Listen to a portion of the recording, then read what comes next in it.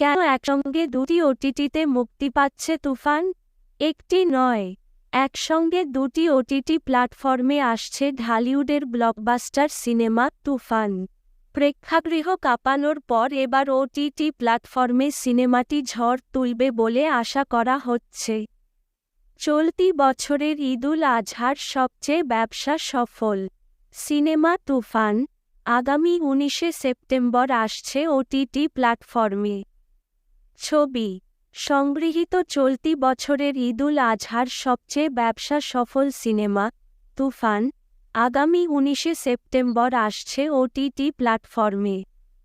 ছবি এক জানা যায় চরকি ও হইচইয়ের মতো জনপ্রিয় দুটি ওটিটি প্ল্যাটফর্মে দর্শক ঘরে বসেই দেখতে পারবে তুফান।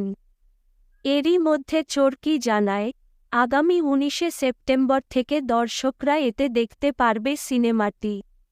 এদিকে এখন পর্যন্ত তারিখ না জানালেও হইচই কর্তৃপক্ষ বলছে চলতি মাসেই রিলিজ করা হচ্ছে শাকিব খান অভিনীত ও রায়হান রাফি পরিচালিত তুফান সিনেমা।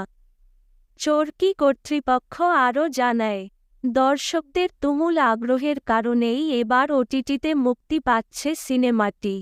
তুফান মুক্তি প্রসঙ্গে হইচই এর কান্ট্রি ডিরেক্টর সাকিব আর খান বলছেন বিশ্বব্যাপী দর্শক চাহিদার কথা মাথায় রেখেই দর্শকপ্রিয় ব্লকবাস্টার মুভিটি মুক্তি দিচ্ছেন তারা।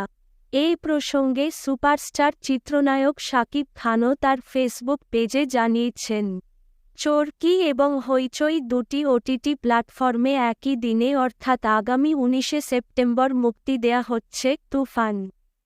চরকি ও হই এই দুইটি ওটিটি প্ল্যাটফর্মে মুক্তি পাচ্ছে তুফান ছবি। তবে একসঙ্গে এবারই প্রথম কোনো সিনেমা কেন দুইটি ওটিটি প্ল্যাটফর্মে মুক্তি পাচ্ছে তা নিয়ে বিস্তারিত কিছু জানাননি অভিনেতা।